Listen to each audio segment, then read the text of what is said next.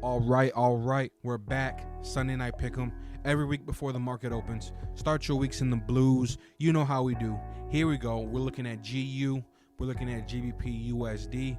We're going to start you off right here on our weekly chart. We already have some lines drawn up just so you know where we stand. We have our channel that's been respecting since September 28th of last year.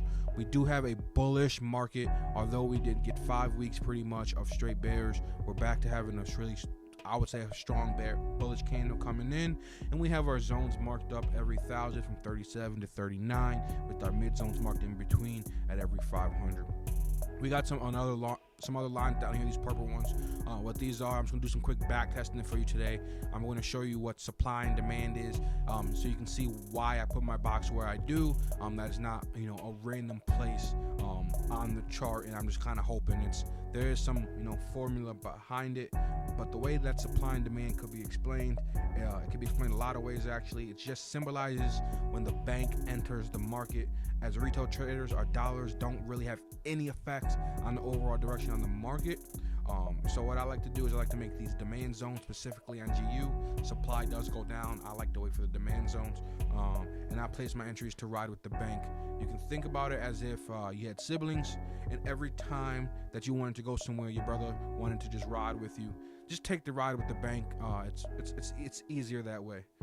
So what demand is, however, is when you see 3 candles or more large candles, usually bullish for GU, in the same direction. You look for the candle that occurred right before that move happened, and you draw a line. I like to draw a line, and you wait for that wick, and you catch that wick on the buy all the way in that direction. So what I like to look for on the 8 hour, I'm going to show you real quick what I'm talking about, and then we're going to go into our pick'em. So as you can see right here on this first purple line, and then we'll work our way back. We have 1, 2, 3 bullish candles into the market. The move that happened right before, the candle that happened right before the move started, the wick is here. When it comes back to the wick, you get in on a buy. That's quick 1,500 times your lot size.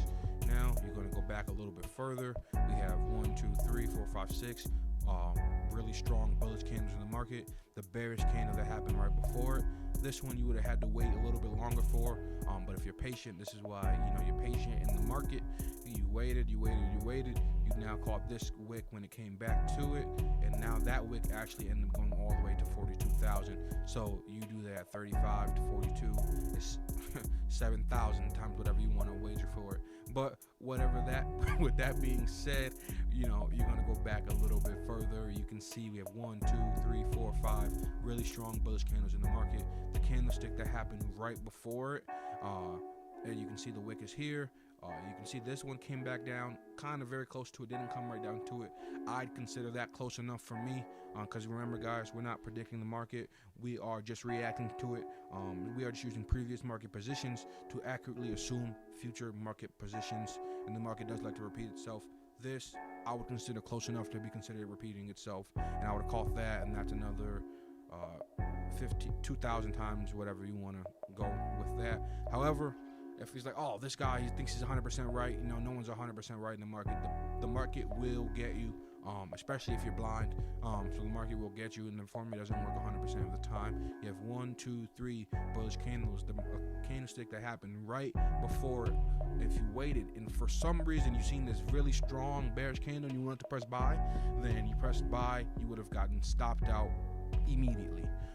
But also that's called either fear of missing out or not having enough patience, because if you were patient, you would have called the one that I just talked about right before it, or you had fear of missing out because you saw the move happen earlier and you didn't wait for it, because 1, 2, 3 bullish candles, the move that happened right before it gives you that candlestick that you thought was originally the move before, then you caught that, and that's another 1,500. And then you go here one more time, and then real quick before we get into the night pick'em, because I'm sure you're probably catching on. 1, 2, 3.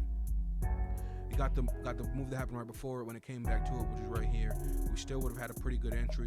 We would have consolidated for some time. I probably would have took profit somewhere in here because it was taking too long. But even if you did wait, it did come back, you never would have been negative, because your stop, you would have been negative a little bit, but you would have never stopped out because your stop loss would have been down here, and then you would have caught 1,000. And then one more time, 1, 2, 3, 4 in a row. The one that happened right before it came back down, literally sat on it, and then you got another 1,000. So with all that being said, this week what I'm looking for, Sunday night pick'em, we're gonna go over to present day. We're gonna go up to show you what we're looking at, and as you can see what we're looking at, we do have trend forming right here as well. You'll learn a little bit more about trends later on, but with that being said, we have a strong 1, 2, 3. I'm going to draw my box right here. You know, I make it green because that's where the money go, and I'm going to draw it from right here to right here. And the reason why I picked those points is because, as you can see, we have some demand in this area right around here, and we have some demand in this area right around here. So it's going to either stop at the top of my box, come somewhere into it, or turn around, and then when we get bullish action outside the box, we're going to go buy all the way to the rooftops, and it's going to smash our TPs. It's going to smash our zones, looking to 39 at least, and then we're going to have our major channels in September 28th that will be coming back into it. And if it comes back into that, we're off to the moon for sure. But hey guys, if you like what you liked, just make sure you smash that like and subscribe button, leave a comment, message me if you have any questions. Would love to talk about this with you, but just make sure you keep on watching, because we got GA coming up next, and this week it's looking real lovely. And we're back. Welcome to Sunday Night Pick'em Forex Edition. This is your boy Jay Moore, here to help y'all make more money. Hit that like button, hit that subscribe button. If you want to get free analysis to start your week in the blues, you can find us here every week. Let's go. Let's get right into it. I got GA again here for y'all this week, and it's looking like a good week. We're going to start here on the weekly time frame. I'm going to give y'all a little recap of what happened last week. I'm going to give you what I think is going to happen this week, a little bit of educational pointers on how I use trend lines, and my Sunday night pick'em, of course. Okay. So on the weekly time frame, we got the candle here, finished bullish with a nice wick to the top side here that we can potentially fill this coming week, and then break to create new highs and attack these areas on the chart up here. I do believe we will get a retest just like we did last week as well. But if you look, the bottom of this wick respected the low of the previous week's candle, which I am looking for to happen again this week. When price opens, I do believe price will come down early in the week, retest these areas where these green lines are. I'll show you where I came up with these areas in the smaller time frames, but I do believe price will come down a little bit to retest this candle, and then continue moving bullish. Okay, and the reason why I think the market is still bullish is because it's respecting the trend line that I have since January 4th. Has not broken this trend line, so there's no reason for me to think that major sells are happening anytime soon. That's where I get my bias from. Okay, now we're on the 4-hour time frame. Let me get rid of that. 4-hour time frame, and what I'll do is I'll give you a brief explanation of how I use trend lines, what they can be used for, and how I put them on the chart here. So trend lines, what I like to use them for is trend continuation and identifying counter trends in the market. So if you're in an uptrend, you'd be looking to connect the bottom of the candles for trend continuation. And whether you choose to connect the wicks or the bodies is totally your preference. But I tell people to stay consistent. So if you're going to connect the wicks, connect the wicks. Don't drag this like this and start connecting the bodies once you've connected wicks. And if you're going to connect the wicks, do the wicks. If you're going to connect bodies, do the bodies. That's just how I tell people to do it.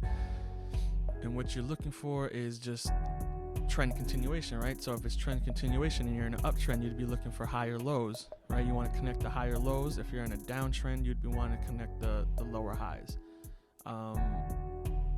If that's too much for you, please, again, hit me in a DM. I'll explain it in a way that maybe you'll be able to grasp it. Here's a counter trend right here, right? We're in an uptrend. Counter trend is exactly what it sounds like. It's going against the main trend. So here's a counter trend right here. You connect these wicks. And right, so we were in an uptrend, started to retrace. Now you have this counter trend line where it's moving down, and it's good to identify counter trends so that way you know when the major trend is coming back, right? So you can see that it stayed below this counter trend line, came up, rejected it multiple times, came back down, and once it finally broke it, wait for the retest. Please be patient. After the retest, it showed that it closed above the trend line, and after that, look, it moved up. The major trend came back, right? So that's just how I like to use counter trend lines. You can trade counter trends if you'd like. You know, after it started moving down, you could have been looking for sells in this area until it broke this trend line. Again, these are all just ways you can use the trend line. Okay, and where I got these green lines from, typically when trend lines break, they like to undo themselves, meaning so if you had points A, B, and C where it hit on the trend line, so say A, B, and C, if it broke this trend line, say right here, and broke, it would want to go backwards, right? It would want to go C, B, A. And that's just how it typically likes to move. Again, back test it, study it for yourself. But what I've learned is if price breaks this trend line, it's going to want to touch all the places where price touched the trend line moving up as well before it starts to move back up. Now, I'm not saying if it breaks, it's going to come all the way down to here, but where it's going to stop, where it's going to make its decisions, is where it came in contact prior to on the trend line. So that's how I use my trend lines. I use them for counter trends. I use them for trend continuation. So now what I'll do is I'll go into my Sunday night pick'em here. I will explain what I'm looking for, how I'm gonna execute. Okay. And here, this area here, I know we just learned about it in the first part of this video. This is a demand area. If you see, here's smart money moved into the market right here, pushed this market up all the way. I have it. It could come down to this candle here, but I do have it extended to this wick right here just in case. And we'll see. So we'll go into a smaller time frame so I can show you the entries and what I'm looking for here early in the week. Right now, we're in the middle of this support and resistance zone, which we learned about last week. So right here is just not a good place to enter a trade. We're still consolidating inside this this zone as well. So you got to be a little patient here. Wait for it to break this trend line, or wait for it to break this resistance. If it's going to move down, it's going to want to break the trend line, break this support, and then come back and retest it and stay below, and then continue to fall into this demand area and potentially this first green line take profit that I have on my chart. Again, guys, please take profit. You will never ever go broke taking profit. Some people get greedy in this market, and it's a hard trait to get rid of. But again, take your bread. So that's what I'll be looking for on the sell. But the snipe, and what I believe is going to be the big move coming this week, is going to be once price drops into this demand area somewhere inside this purple box and starts to turn around and reverse back to the main trend here, right? I think, once it gets in this area, it's going to stop moving down. It's going to start continuing back up. It's going to take out these highs from last week, and it's also going to create new highs on the chart. Who knows, maybe we get to 1.83 this week, and we'll see. That's what I'm looking for here on Sunday night pick'em on GA. I hope this was helpful. I hope it was informational. Again, any questions, please feel free to ask.